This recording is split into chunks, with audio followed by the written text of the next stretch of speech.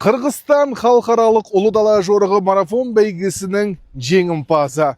Бүгін ешқандай қағазға қарамай, ешқандай нәтижені күтпей, осылай жеңімпазды хабарлауға мүмкіндік туып отыр. Әрине, соңғы 50 шақырымда Қырғызстан өзгелерден жарты сағаттың үстінде алдыда келе жатқан еді. Сәйкесінше, көрдіңіздер, соңғы 50 шақырымда да мәреге бірінші болып жетті. Демек, Қырғызстан чемпион. Екінші орын, жалпы қорытынды бойынша Ақтөбе, үшінші орын Қостанай облысы. Үздік осы, құрметті көрермен. Халықаралық ұлы дала жорығы бұл жолы, тағы айтылып өтейік, Торғай даласында өтті. Керемет ауа райы, қолайлы температура, аттарға ыңғайлы алаң, барлығы өзінің деңгейінде, жоғарғы деңгейде өтті деп айтуға болады.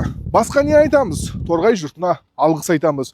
Осындай халықаралық шараны қолдағаны үшін, бізбен бірге болған үшін. Жалпы көрермендер, бізді қарап отырған, бізді үзбей қарап отқан көрермендер, сіздерге де мың алғыс. Біз әрмен қарай үздік болған команда өкілдерінен сұхбат алып, сіздерге эмоциялар мен көңіл күйлерін жариялаймыз.